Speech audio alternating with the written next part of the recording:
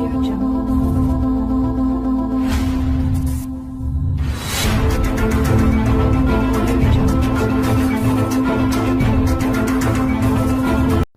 and welcome to the news.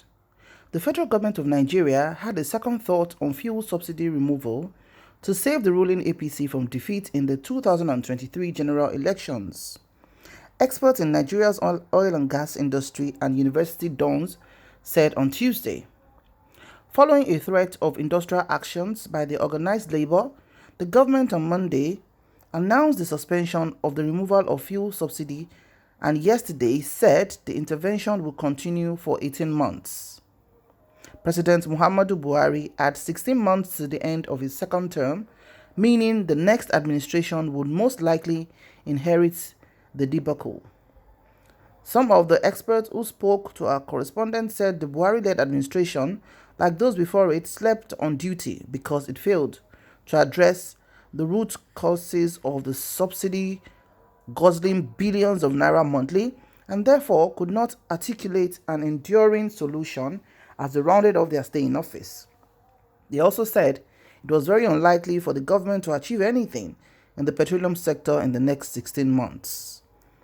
Reacting, a renowned political scientist, Professor Kamilu Sani Fage, said looking at it contextually, it is difficult not to agree with the school of thought that the APC-led government rescinded its decision because of the fear of losing out at the 2023 elections.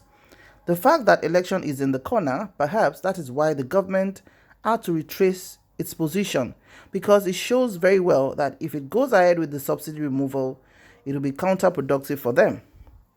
Number 2, you have to put it in the context of the crisis we are having across the nation, from Boko Haram to bandits to IPOB in the south. So I think even that alone will make it unwise for the government to go ahead with the subsidy removal, as the labor unions have said they will call for strikes and the like. So that also could have made the government withdraw the plan, because it would not want to add another conflict for itself. Moving forward, Professor Fage of the Bayero University Kano said as long as the country is dependent on loans from the likes of the International Monetary Fund, the issue of subsidy removal will keep coming up, as this is one of the fundamental conditions put forward by the loan givers. This is why the government had to go on to satisfy the conditions of the IMF to withdraw subsidy, and that is why the government keeps on tasking the people in such a way that they will generate the money to at least pay for the loan. This is why the situation is that for every naira we get, about 70 kobo go to debt servicing. I do not think this is the end of its subsidy removal. For political reasons, the government had withdrawn, but when a new government comes, whether APC or PDP, provided we have these loans on us, the issue of subsidy will return, he said. On his part, the acting head of Political Science Department, University of Ilorin, Professor Muhammad Alada, told Daily Trust that the government was being smart to avoid igniting any crisis, especially in an election year.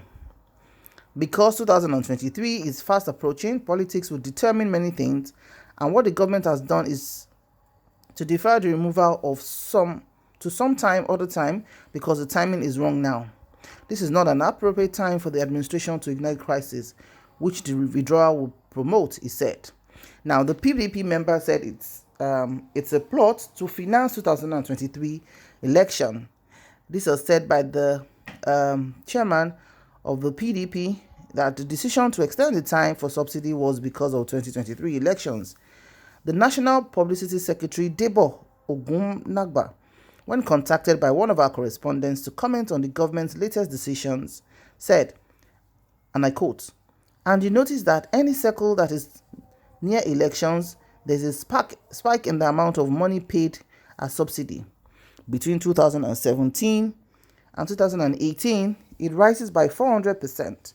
Now, between 2020 and 2021, from 104 billion naira, it is 1.4 trillion naira. So, the challenge is this. What is this for other than for corruption and election? Go back to the policy and the records. And I want to be specific to you about records now so that you will be guided in your reporting about the exact figure of subsidies supposedly paid under the APC government between 2017 and 2018. In 2017 alone, it was 144.3 billion naira that was paid. In 2018, just a year into the election, it moved from 144.5 billion naira to 878 billion naira. Now, see another spike. In 2019, it was 551.2 billion naira, and in 2020, it was 102 billion naira. You can see the movement. So says the Publicity Secretary of PDP. So, beautiful people, what do you think about this? We know when election time comes near, a lot of things will be done strategically.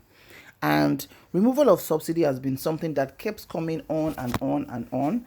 And so far, it's been noted that possibly maybe the government of the day has not been so transparent in their processes of subsidy removal. And we know that as a country whose major income or whatever is oil, we have a lot to do. What's your opinion? Please drop them in the comment section below. Bye for now.